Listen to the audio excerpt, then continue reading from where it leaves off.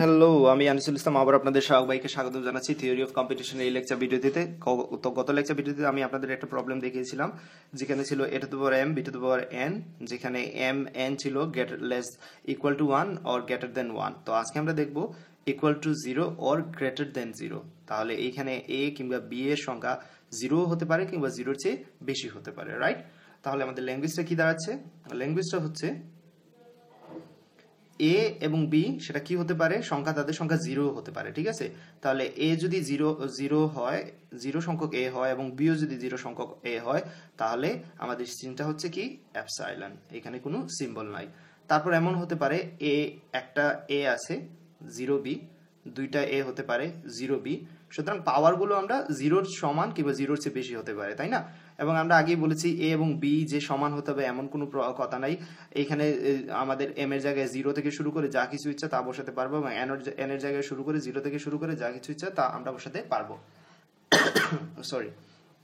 তাহলে ল্যাঙ্গুয়েজটা এরকম হতে পারে, যেটা আমরা বলেছি একটা এ থাকতে পারে, কোনো বি নাও থাকতে পারে, দুইটা এ থাকতে পারে, কোনো বি নাও থাকতে পারে, তিনটা এ থাকতে পারে, কোনো বি নাও থাকতে পারে। সুতরাং ইনফাইনাইট সংখ্যক হতে পারে, ঠিক এক্স্যাক্টলি সেম। কোনো এ না থাকতে পারে, একটা বি থাকতে পারে, কোনো এ না থাকতে পারে, দুইটা বি থাকতে পারে। অর্থাৎ ল্যাঙ্গুয়েজটা এরকম দাঁড়াচ্ছে। তাহলে একটা এ যদি না থাকে, একটা বি যদি থাকে, তাহলে আমাদের স্ট্রিংটা এরকম হবে বি, দুইটা বি থাকতে পারে, যেখানে কোনো এ নাই কিন্তু বি আছে, অর্থাৎ 0 সংখ্যক এ এখানে। তো এরকম এইগুলো ইনফাইনাইট।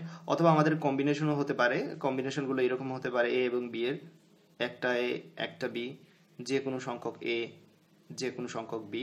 তো ল্যাঙ্গুয়েজটা ইনফাইনাইট, এনিওয়ে ল্যাঙ্গুয়েজটা হচ্ছে ইনফাইনাইট। আর যখনই ল্যাঙ্গুয়েজ ইনফাইনাইট তখন আমরা ডিএফএ কিভাবে কনস্ট্রাকশন করি, সবচেয়ে ছোট আমাদের এটা নিয়ে নেই, সবচেয়ে ছোট স্ট্রিংটা যেহেতু এখানে অ্যাপসাইলন, তাহলে আমরা অ্যাপসাইলন অ্যাকসেপ্ট করতে হলে ইনিশিয়াল স্টেটকে ফাইনাল স্টেট করে দিই।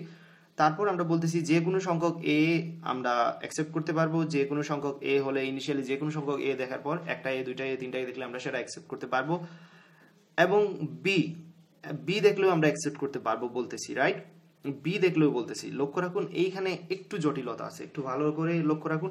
আপনাদের হয়তো মনে হচ্ছে যে এখানে আমি বি দিয়ে দিলেই তো হয়ে যেত, তাই না?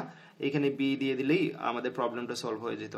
এক্স্যাক্টলি এখানে বি দিলে আমাদের কিন্তু প্রবলেমটা সলভ হচ্ছে না। কারণটা হচ্ছে, দেখুন এইখানে যদি আমরা বি দিয়ে দিতাম, রাইট, তাহলে কি হতো, এ বি এ।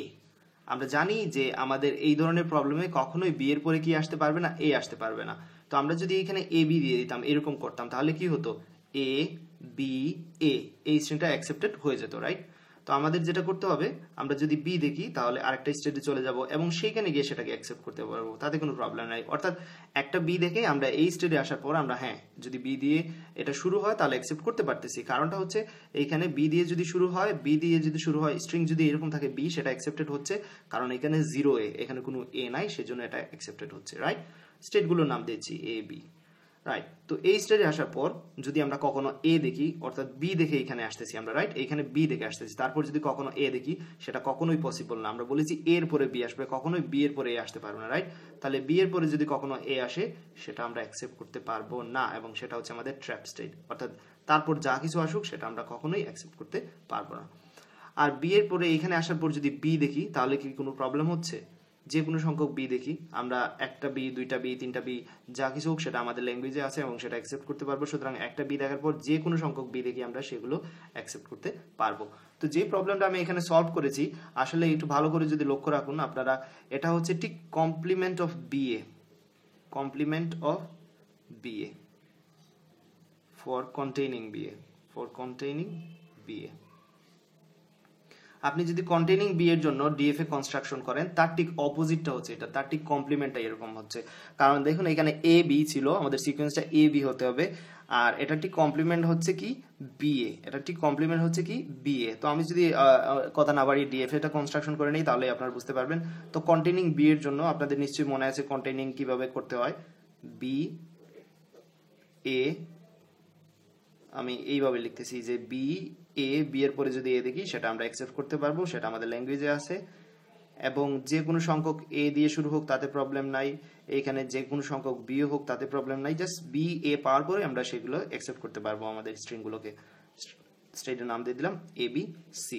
তাহলে লক্ষ্য করে দেখুন এই দুইটা ডিএফ এর দিকে থাকান, একটা আরেকটার কমপ্লিমেন্ট, কিন্তু একটা আরেকটার কি কমপ্লিমেন্ট।